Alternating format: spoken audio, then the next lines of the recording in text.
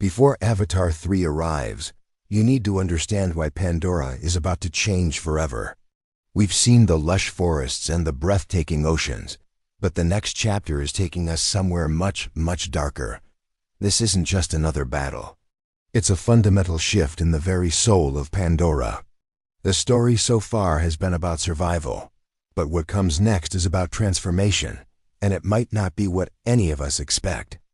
So let's break down everything you absolutely must know before the next film drops. From Sully's journey to the mysterious new clans and the true purpose of the Sky People. Trust me, after this, you'll see Pandora in a whole new light. Let's start with the heart of the story. Sully. He's evolved so much from the conflicted Marine we first met. In Avatar, he was a warrior finding his place. In the Way of Water, he became a father, desperate to protect his family at any cost. Now heading into Avatar 3, he's more than that. He's a leader who has united disparate clans, a living legend who bridges two worlds. But this new role comes with an impossible weight. He's no longer just fighting for his family. He's fighting for the future of the entire Na'vi way of life. The decisions he makes will determine whether Pandora follows him into a new era or fractures under the pressure. The war forced him to confront his past, and the loss of his son, Netium, has left a scar that will shape his every move. He's a man pushed to his absolute limit, and that makes him both a powerful symbol and a potential liability. Will his grief make him a reckless leader, or will it forge him into the savior Pandora needs? Now let's talk about the biggest force on Pandora, Eywa. For 2 movies, we've seen Eywa as a passive, spiritual network, a life force that connects all things but rarely intervenes directly. It took the destruction of the home tree and a desperate prayer from Jake to get a reaction. But subtle hints suggest this is changing. Think about Kiri's inexplicable connection, her ability to command life, her seizures when she connects too deeply. This isn't just a spiritual awakening. It feels like Eywa is developing a consciousness, a more direct way to interact with the world. Pandora itself might be gearing up to take action. The planet has always fought back through its wildlife, but what if Eywa's response becomes more focused, more strategic? What if it's no longer just about defending, but about actively fighting? The planet is waking up, and its awakening could be more terrifying than any army the Sky People can muster. One of the most exciting reveals for Avatar 3 is the introduction of new Na'vi clans. We've explored the Amaticaya of the forests and the Metkaina of the reefs. Both, despite their differences, are fundamentally harmonious with their environment. But James Cameron has confirmed we'll be meeting the Ash People, a volcanic fire-based clan. And here's the twist. They're not necessarily going to be the good guys.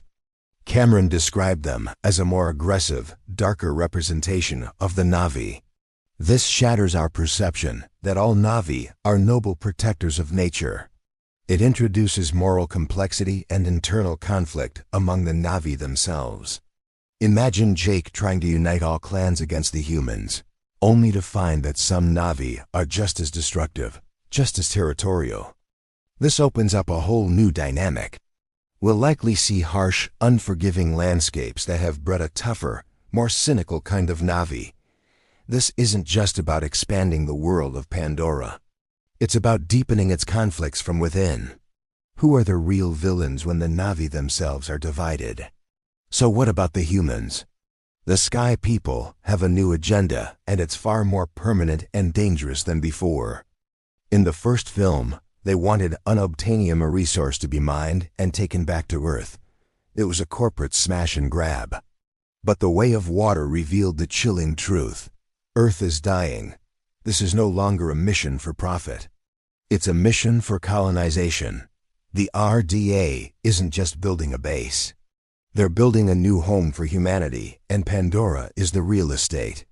This changes everything. They won't leave. They can't. The stakes have been raised from corporate greed to the survival of the human species.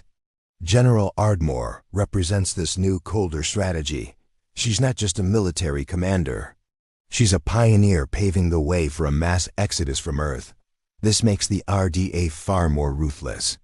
They aren't just fighting for a quarterly report. They're fighting for a future, and they will stop at nothing to secure Pandora for themselves, even if it means wiping out the Na'vi completely. At the center of all this is Kiri. She is, without a doubt, the biggest mystery of the saga. Born from Grace Augustine's inert avatar, her very existence defies explanation. Her connection to Eywa is unlike anything we've ever seen. She can breathe underwater indefinitely, command aquatic plants and animals, and seems to commune directly with the spirit of Pandora. But this power comes at a cost, triggering violent seizures that suggest her human brain can't handle the raw connection. Is she a reincarnation of Grace? Is she a child of Eywa itself, a messiah figure for the Na'vi? Or is she something else entirely, a new form of life that blends human and Na'vi in a way never thought possible? Her journey in Avatar 3 will be crucial. She may hold the key to communicating with Eywa on a new level, potentially unlocking a power that could turn the tide of the war. But her unique nature also makes her a target. The RDA will want to study her, to weaponize her abilities. Kiri's story is no longer a subplot. It may very well be the main event, determining the fate of Pandora and perhaps even the future of life itself. Her role is to bridge the spiritual and physical worlds, and that bridge could either lead to salvation or to a cataclysmic rebirth. So why is Avatar 3 poised to be the darkest chapter yet?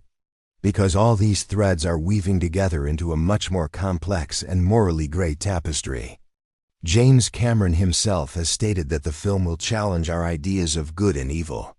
We'll meet Na'vi who are not heroic. We'll see the desperation driving the humans, who are now fighting for their own survival, not just for profit. The lines are blurring. Sully is a leader burdened by grief and rage. The planet itself is becoming an active and possibly vengeful participant in the war. The conflict is no longer a simple story of indigenous heroes versus corporate villains. It's becoming a tragic clash of two species fighting for the same home, with internal divisions on both sides. The losses will be heavier, the choices harder, and the victories, if any, will come at a much higher cost. We're moving beyond the visual wonder and into the dark, emotional heart of this saga. The beauty of Pandora will be contrasted with the ugliness of war, and the difficult questions about what it truly means to be a hero or a villain. Get ready, because the war for Pandora is about to get personal, brutal, and profoundly complicated. Thanks for watching, everyone. What are your biggest theories for Avatar 3? Let me know down in the comments. And if you enjoyed this deep dive, make sure to hit that like button and subscribe for more content on all things Pandora. See you in the next one.